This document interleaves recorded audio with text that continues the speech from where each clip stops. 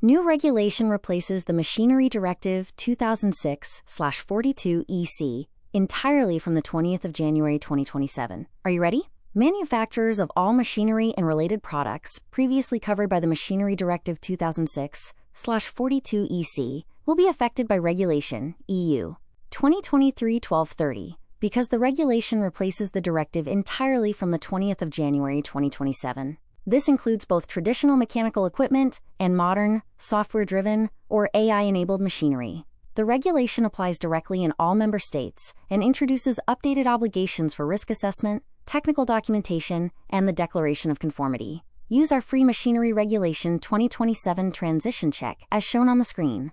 Answer the questions in a simple form to see which parts of your technical documentation may require updates before the 20th of January 2027. Visit our business website to check what you might need to do for a smooth transition. Thank you, and good luck.